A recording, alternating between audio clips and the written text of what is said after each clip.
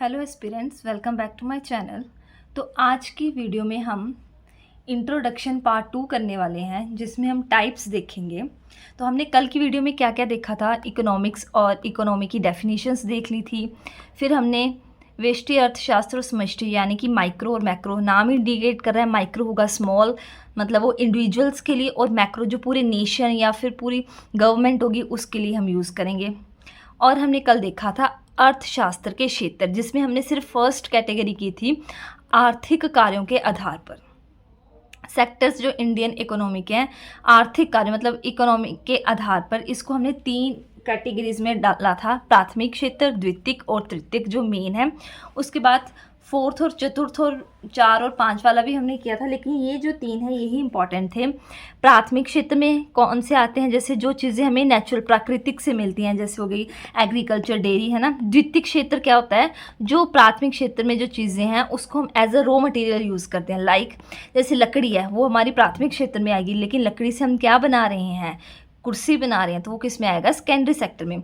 और tertiary sector में क्या आएंगी, सेवाएं हैं, जैसे कि परिवहन हो गया, है ना, ये डॉक्टर हो गए, टीचर हो गए, सेवाएं तो दे रहे हैं, ये सारे आपकी किस में आई थी, और ये मैंने आपको सारा समझा दिया था। आज हम करेंगे कार्यों के आधार पर। क्या अर्थशास्त्र के क्षेत्र देख रहे हैं, पहले हमने देखा आर्थिक कार्यों के आधार पर, अब हम देखेंगे कार्यों के आधार पर।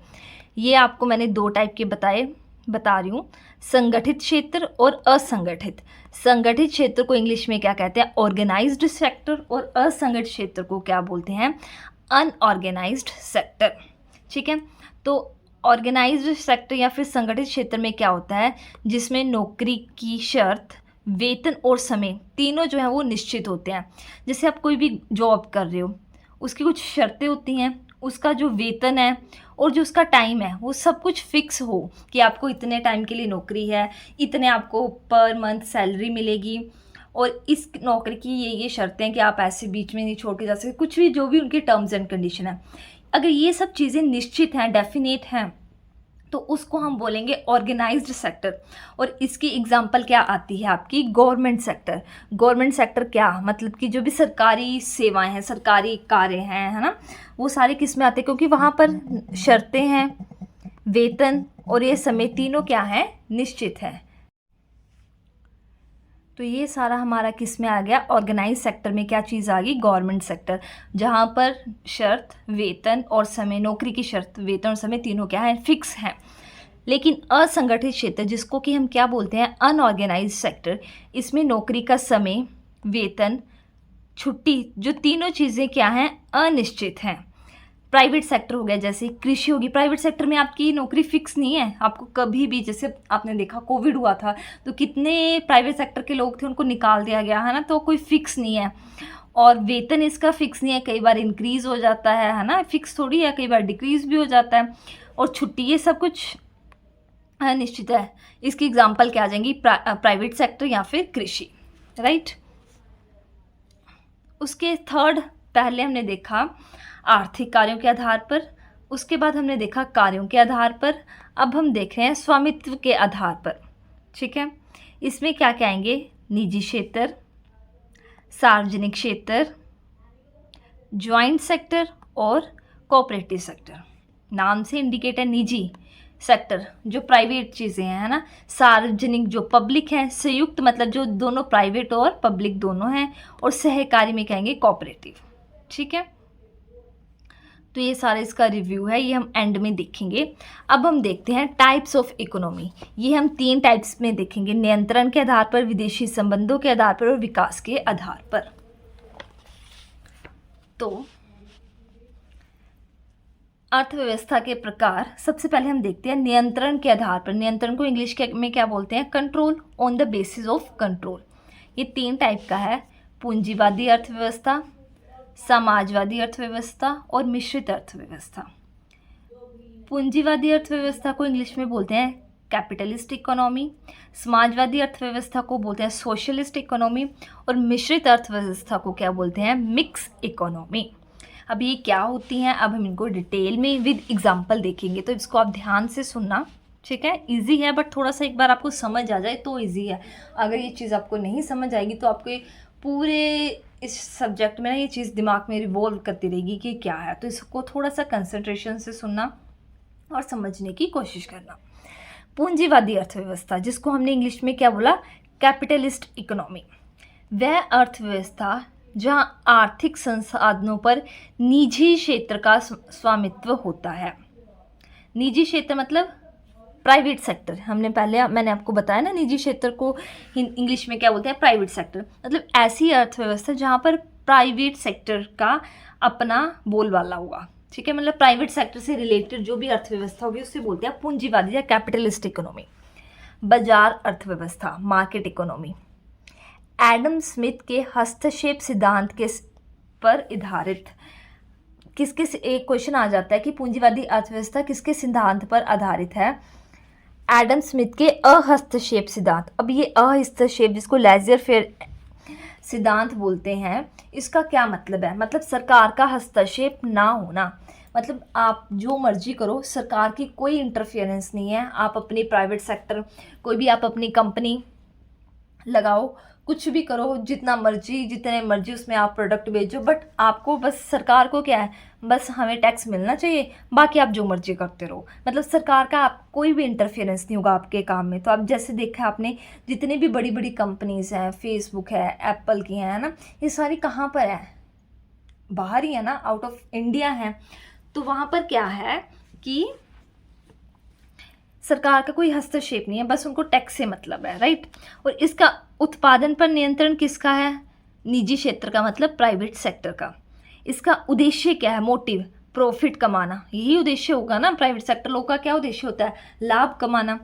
अब उपभोक्ता की संप्रभुता, मतलब कंज्यूमर सॉवरेनिटी, इसका मतलब क्या है? ये उपभोक्ता को ही सब कुछ मानते हैं। जैसे कि अब मैं कोई चीज़ बनाई, मेरी एक कोई कंपनी है, आपको एग्जांपल से समझाती हूँ। मैंने एक चीज़ बनाई, ठीक है, तो बट उसकी, जैसे मैंने सपोज कर लो, छोटे स्केल पे मैं बात कर रही हूँ कि मेरी एक फैक्ट्री है कपड़ों की, राइट। मैंने कोई एक ड्रेस बनाई ब्लू कलर में, लेकिन जब मेरे पास वो आए उपभोक्ता, यानी कि जो कस्टमर थे, वो आए और उन्होंने मेरे को बोला कि हमें ये चीज़ रेड कलर में चाहिए तो ज़्यादा अच्छी होती है, अगर रेड कलर में होती तो हम ज़रूर बाय करते। और इससे मुझे, ये 3-4 लोगों ने मेरे को बात बोली है ना, तो इससे मुझे क्या पता लगा कि डिमांड क्या है ना, लोगों को क्या चाहिए। मैंने अब उनकी डिमांड के अकॉर्डिंग वही ड्रेस रेड कलर में बना दी और वो क्या हो गई, बिकनी शुरू हो गई, और मेरे को क्या हो गया, प्रॉफिट। तो मतलब ये सारा जो भी उपभोक्ता है, खरीदने वाला है, उसके ऊपर निर्भर करती हैं कि कैसी डिमांड है, उसके अकॉर्डिंग हम चीज़ें बनाएंगे। ठीक है, अब जैसे फ़ोन्स बनाते हैं, एप्पल का आईफोन है, लॉन्च होते हैं नए नए, तो ये इम्प्रूवमेंट्स करते हैं किस बेसिस पे, कि जैसे कैमरा की क्वालिटी इंक्रीज़ करें, क्योंकि आजकल पता है फ़ोटोज़ का क्रेज़ है, ये है, वो देखते हैं पूरा कि क्या चीज़ की हमारी डिमांड है, क्या अलग अलग बाकी कंपनी उसको देखती हैं, वो क्या कर रही हैं, फिर वो अपना बेस्ट देती हैं, राइट। तो शायद आपको ये अच्छे से, शायद नहीं, आपको ये अच्छे से समझ आ ही गया होगा अब तो। प्रिंसिपल निर्धारण, मूल्य तंत्र, मतलब प्राइस मैकेनिज्म, प्रिंसिपल नहीं, प्राइस मतलब इसका प्राइस कैसे निर्धारित किया जाता है, मतलब प्राइस कैसे फिक्स करते हैं, ये प्राइस मैकेनिज्म पे डिपेंड करता है। मतलब बाजार पे डिमांड और सप्लाई, जैसे किसी चीज़ की अगर डिमांड ज़्यादा है तो हम उसका प्राइस भी ज़्यादा कर देंगे, किसी चीज़ की डिमांड कम है तो हम उसका प्राइस भी कम कर देंगे। देखते हो ना, कई बार क्या होता है कि छोटे से एग्जांपल घर से लेते हैं, कोई भी हम सब्जी लेते हैं तो एकदम से भाव बढ़ जाते हैं सब्जियों के। तो क्यों? क्योंकि उन चीज़ों की डिमांड होती है और पीछे से वो कम आ रही होती है। तो जैसे जैसे डिमांड होगी वैसे वैसे प्राइस इंक्रीज़ होगा। तो होप सो आपको ये वाला पूंजीवादी अर्थव्यवस्था, मतलब आपने इसमें एक ही वर्ड याद रखना है, प्राइवेट सेक्टर। प्राइवेट सेक्टर क्या करता है? अपना प्रॉफिट करता है। फिर आपने याद, ऐसे कंपनी की एग्जांपल याद रख लोगे, अपना लाभ करवाता है, सरकार की कोई इंटरफेरेंस नहीं होती। और इसकी एग्जांपल हैं कहाँ पर? पूंजीवादी अर्थव्यवस्था यूएसए और कनाडा में, राइट। नेक्स्ट टाइप है समाजवादी अर्थव्यवस्था, इसको बोलते हैं सोशलिस्ट इकोनॉमी। ठीक है, ये क्या है? स्टेट इकोनॉमी है, राज्य अर्थव्यवस्था है। इस प्रकार की अर्थव्यवस्था लोक कल्याण को ध्यान में रखकर कार्य करती है। अब इस पे क्या है, पहले जो हमने पढ़ी थी पूंजीवादी, उसमें कोई सरकार की इंटरफेरेंस नहीं थी, लेकिन ये जो है, यहाँ पर सरकार के द्वारा जो भी अर्थव्यवस्था होगी, सोशलिस्ट बोला है, तो ये अर्थव्यवस्था लोक कल्याण को ध्यान में रखकर कार्य करती है, लोगों के कल्याण के लिए। उन जो पूंजीवादी थी उसका उद्देश्य क्या था? लाभ कमाना। लेकिन इसका जो मोटिव है क्या है? समाज का कल्याण करना। पूंजीवाद के विरोध में कार्ल मैक्स के विचारों द्वारा ये जो अर्थव्यवस्था आई थी, मतलब इसमें किसका नाम फेमस है समाजवादी में? कार्ल मार्क्स का। आपने याद रखना है, प्रीवियस ईयर क्वेश्चन आया हुआ है।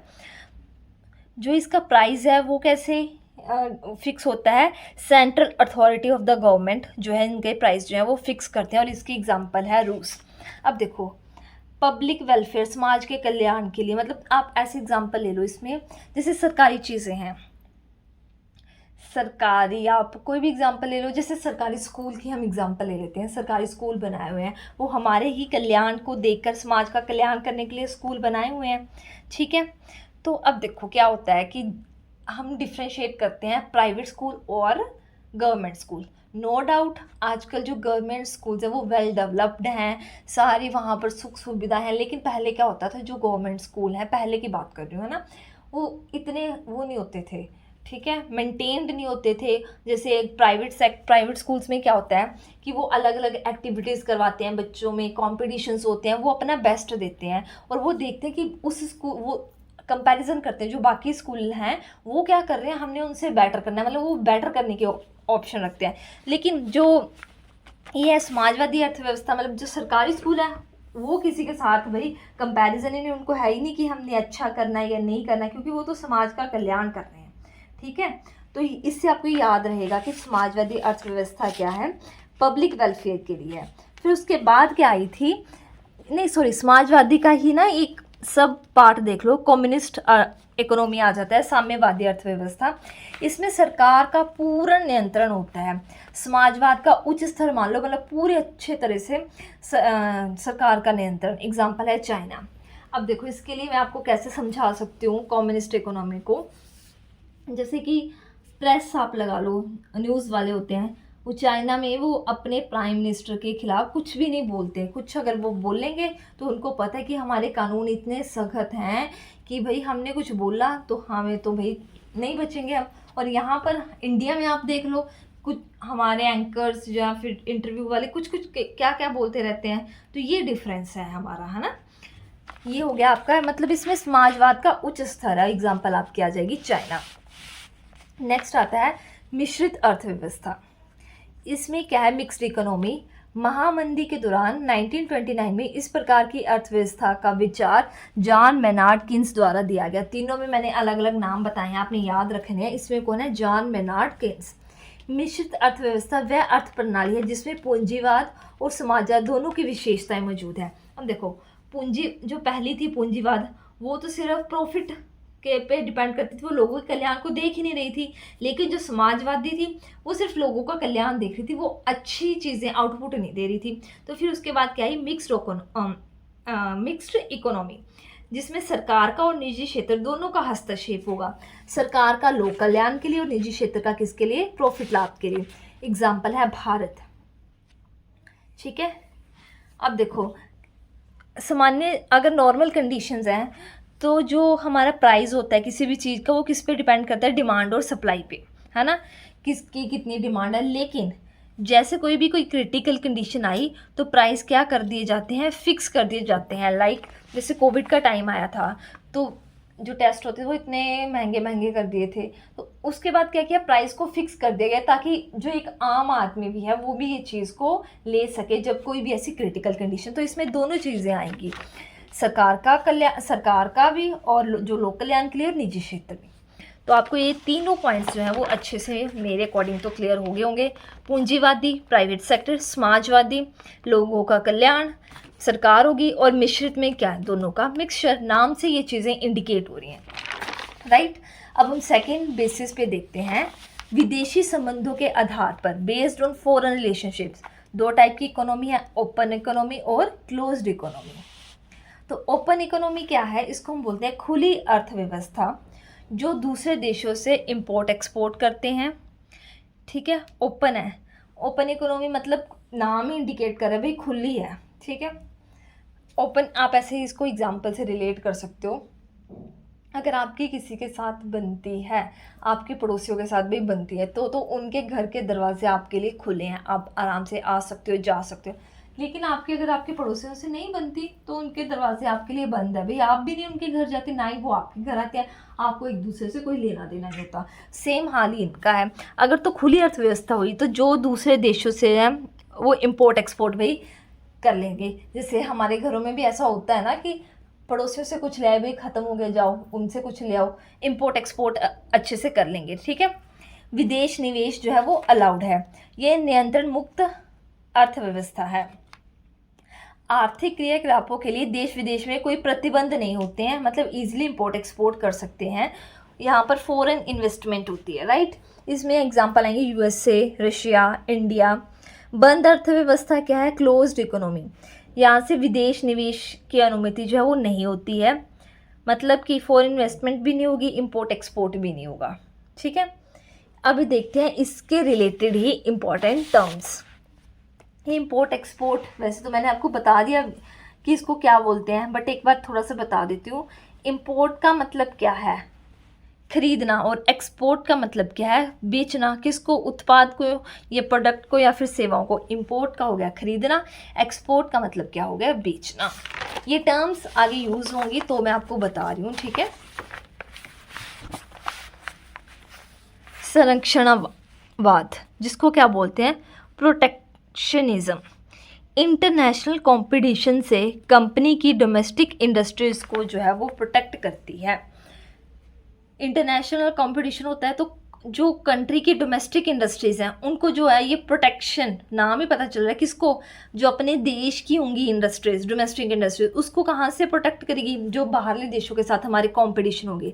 इसकी एग्जांपल ये है, किसकी एग्जांपल? क्लोज्ड इकोनॉमी की। उसके बाद है वैश्वीकरण, ग्लोबलाइजेशन, नाम ही पता चल रहा है अदर कंट्रीज़ के साथ जो है उसका product, services, Capitals and technology का ट्रांजैक्शन करना। इसको क्या बोलते हैं? ओपन इकोनॉमी की एग्जांपल। एक टर्म आती है राशिपातन, जिसको डंपिंग बोलते हैं। डंपिंग नाम ही इंडिकेट कर रहा है जब कोई देश अपना प्रोडक्ट को बहुत कम कीमत पर बेचता है ताकि वह बाजार में अपनी पकड़ बना सके। अब देखो, आपने देखा होगा जब कोई भी नया बिजनेस स्टार्ट करता है तो वो क्या करता है? प्राइस हमेशा कम रखता है। क्या रीज़न है? कि वो बाजार में अपनी मार्केटिंग एक पकड़ बना ले, उसके बाद वो अपने प्राइस जो है वो इंक्रीज धीरे धीरे कर लेगा। तो ये राशिपतन का, यानी कि डंपिंग का पार्ट है। थर्ड लास्ट जो है वो है विकास के आधार पर, on the basis of development. विकसित अर्थव्यवस्था, विकासशील अर्थव्यवस्था और अल्प विकसित अर्थव्यवस्था। विकसित को बोलते हैं डेवलप्ड इकोनॉमी, विकासशील को बोलते हैं डेवलपिंग इकोनॉमी और अल्प विकसित को बोलते हैं अंडर डेवलपमेंट इकोनॉमी। वह देश, डेवलप्ड में आएगा वह देश जिनकी राष्ट्रीय आय और प्रति व्यक्ति आय अन्य देशों की तुलना में अधिक होती है। अब जो डेवलप्ड है भाई, अच्छे से डेवलप्ड है, उनकी राष्ट्रीय आय और प्रति व्यक्ति आय बाकियों के कंपैरिजन में अधिक होगी। वहाँ के नागरिकों का जो जीवन स्तर है वो भी उच्च होगा। प्रति व्यक्ति आय ज़्यादा है, उनकी राष्ट्रीय आय भी ज़्यादा है, तो भाई उनका जीवन स्तर भी क्या होगा? उस ऐसी इकोनॉमी को क्या बोलेंगे? Developed economy. इसकी एग्जांपल है अमेरिका, फ्रांस, जर्मनी, जापान और इटली। सेकंड आता है विकासशील अर्थव्यवस्था, जिसको क्या बोलते हैं? डेवलपिंग, मतलब जो डेवलप हो रही है। प्रति व्यक्ति आय जो वो मध्यम होगी और आर्थिक विकास की प्रक्रिया वो चल रही है, मतलब डेवलप हो रही है, ना तो वो पूरी डेवलप्ड हो चुकी है ना ही वो रुकी हुई है, मतलब वो प्रगति कर रही है। इसमें इंडिया जो है वो डेवलपिंग कंट्री है, ये तो आपको पता होगा ना, तो इसकी अर्थव्यवस्था भी डेवलपिंग होगी। इंडिया, ब्राज़ील और इंडोनेशिया। थर्ड है अल्प विकसित अर्थव्यवस्था, जिसको क्या बोलते हैं? Under developed economy. ये तो इसकी प्रति व्यक्ति आय बहुत कम, जीवन स्तर भी जो निम्न है, इसमें शिक्षा और स्वास्थ्य सेवा की कमी होती है, मतलब शिक्षा भी कम होगी, स्वास्थ्य सेवाएं भी अच्छी नहीं होगी, और आर्थिक असमानता, मतलब कोई ठीक भी होगा, कोई बिल्कुल ही ग्राउंड लेवल पे होगा, तो ये आर्थिक असमानता होती है। और इसमें एग्जाम्पल आएंगे आपके बांग्लादेश और अफगानिस्तान। तो ये आपका आज का टॉपिक कंप्लीट होता है, जिसमें हमने अर्थशास्त्र के क्षेत्र और टाइप्स ऑफ इकोनॉमी कंप्लीट कर लिया।